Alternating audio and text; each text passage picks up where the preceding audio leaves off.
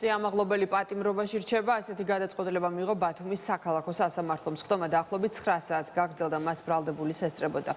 აღნიშნული გადაწყვეტილებით მოსამართლემ აღკვეთი ღონისძიების შეცვლის თაობაზე დაცვის მხარის შუამდგომლობა არ დააკმაყოფილა. გადაწყვეტილება სხდომათა დარბაზში მოჰყვა ხმაური შეკრებილებმა სიამაღლობელის პატიმრობაში დატოვება სხვადასხვა შეძახილებით გააპროტესტეს. ისინი ამაღლობელის რეჟიმის პატიმრად მიიჩნევენ. აღსანიშნავია ისიც, რომ ამაღლობელი ბრალს არ ეთანხმება და მან უკანონო პატიმრად მოაცხადა თავი. პოლიციაზე თავდასხმის ბრალდებით ბათუმელების და ნეტგაზეთის დამფუძნებელი 12 იანვარს დააკავეს. სიამაღლობელს ბათუმის საქალაქო სასამართლომ აღკვეთი ღონისძიების სახით პატიმრობა 14 იანვარს შეუფარდა.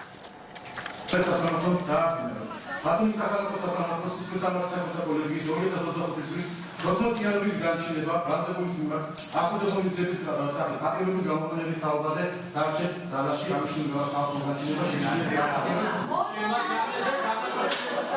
ბრალდება მოვიდა ჩამოთვალა მთელი ჩვენი მტკიცებულებები და ეს ჩვენი უფლებაა რომ სასამართლოს წარმოუდგინა ჩვენი მტკიცებულებები და ერთიანად ამოყარა სასამართლომ სადღაც 50-ზე მეტი მტკიცებულებები. ეს არის მოწმეების ჩვენებები, ვინც ნახეს მაგალითად მზიას როგორ აკავებდნენ ადმინისტრაციულ წესით უკანონოდ ვიდეო კადრები სადაც ჩანს ბესელია როგორ აკავებს სტიკერის გამო ისე ეშინიათ სინათლის ისე ეშინიათ ამ კადრე ისე ეშინიათ ამ მტკიცებულებები წარმოიდგინეთ ამოყარა სასამართლომ დატოვა საქმეში მხოლოდ ბრალდების 7 უგვანი პოლიციელის ჩვენება. ჩვენ რასაკვირველია იმ დაუშვებლობას, მტკიცებულებების დაუშვებლობას რა ვესაჩივრებთ, პროცესით ამის უფლება გვაქვს. ჩვენი გზა შემოკლდა სტრასბურგამდე. ის ფაქტობრივი გარემოებები ბრალდებულის წინარე ქმედება სალსახად მიუთითებდა, რომ მოცემულ შემთხვევაში არსებობდა ახალი დანაშაულის შადენის საფრთხე იმ ინტენსივობით, რაც აუცილებელს ხდიდა პატიმრობის ზალაში დატოვება.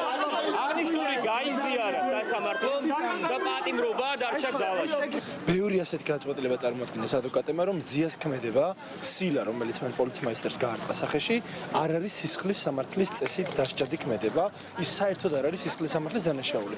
მაგრამ არ ვეღოთ სხვა გადაწყვეტილებას, იმიტომ რომ ეს არ არის სასამართლო. ჩვეულებრივი ფარსის მონსტრანი ვიყავით. ჩვენ ვართ რეალობაში, სადაც ყოველ დღე ნაბიჯ მივდივართ დიქტატურისკენ, თუ უკვე არ არის გაფორმებული ეს დიქტატურა, მაგრამ არ შევეგუებით. ბრძოლა გრძელდება.